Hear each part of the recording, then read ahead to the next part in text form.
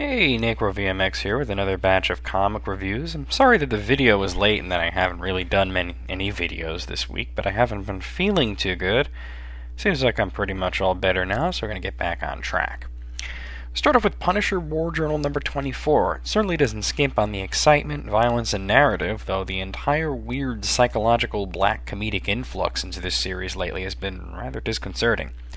Frank escapes from prison when all the Stark technology on Earth fails, and although there's a continuation of an old plot thread with Frank's new sidekick finally finding out the truth about what happened in Mexico and swearing revenge, the bulk of the issue plays out as a secret invasion tie-in, with Frank blasting scrolls to quasi-poetic expository, inner monologue that's more wry than clever.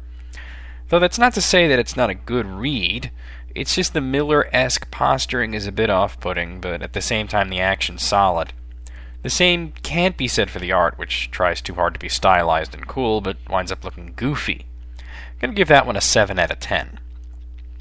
Batman number 680 is another great issue, and also the penultimate chapter of Batman Rest in Peace. Everything seems to be coming together in Arkham Asylum, with the Batman of Zur-En-Arrh leaving Batmite behind and confronting the Black Glove, finally, but at a terrible price and a shocking revelation.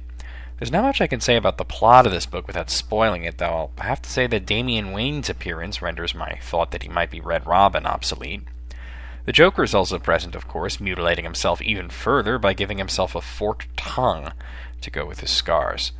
I'm not sure what to think of the end of the chapter, and I'm thinking the final one might even make this a red herring, but only 30 days' time will tell. Like I said, I can't really say much without spoiling it, but I can say that I recommend it highly, 9 out of 10. DC Universe Decisions number 2 follows up the surprise hit with another. With Green Arrow having endorsed a presidential candidate, the floodgates opened, and more heroes start coming out and endorsing candidates. Media coverage starts fixating on this, and infighting breaks out among the DC heroes due to political lines being drawn. In the midst of all this, Batman, Superman, and Green Lantern seem to be the only ones who think this is a bad thing, although Batman finds a way to join in the fun in his own way. Some heroes come off better than others, with characters like Hawkman answering the "who are you voting for" question simply and with no pomp, while others, like Changeling or Plastic Man, are clearly just looking for attention. In the background of all this, there's still a serial killer targeting all the candidates, something only certain heroes seem to remember. The art is decent, which is surprising from Howard Porter, and the storyline is surprisingly compelling. Going to give it an 8 out of 10. Nightwing number 149 is another great issue, seemingly wrapping up the current story with Two-Face, though it is clear it's not yet over.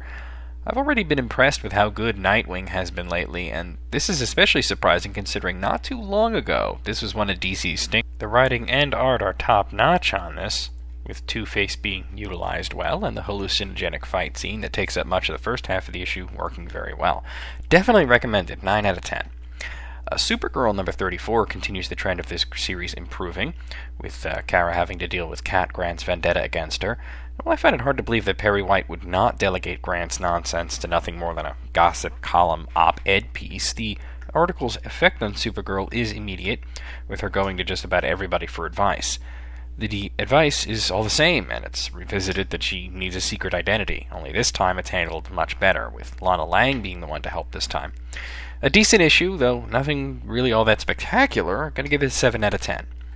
Trinity number 18 is another clunker in a long line of them, with a look at a world without Batman, Superman, and Wonder Woman. Well, is it any wonder that it's basically just a retread of The Nail, with very little new ground shown? No, not really. Boring, unoriginal, and just plain crappy, 3 out of 10.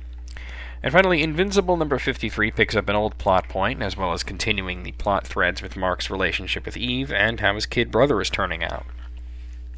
It's clear that Kirkman he's looking to turn this kid into the next big villain. The transformation of the kid from a toddler just a few weeks ago into a cold, calculating intellectual it's jarring, though it makes perfect sense for the plot. The rest of the issue, which deals with what happened to Titan after he became a crime boss, is competent enough, though I wish the issue focused more on Invincible and his brother. Still, a great issue as always, and I'm looking to see how this turns out, and I'm glad the book is also back on track in terms of scheduling. There was some problems with that. Anyway, that's going to be it for this week. I'll see you hopefully on Thursday or Friday. I'm hopefully not going to wait till Sunday for the next one. with another batch of reviews. Didn't get around to reviewing Terror Titans, although I do have it, and I couldn't get a copy of Venom Dark Origin, so hopefully you'll see those next week. And that's all.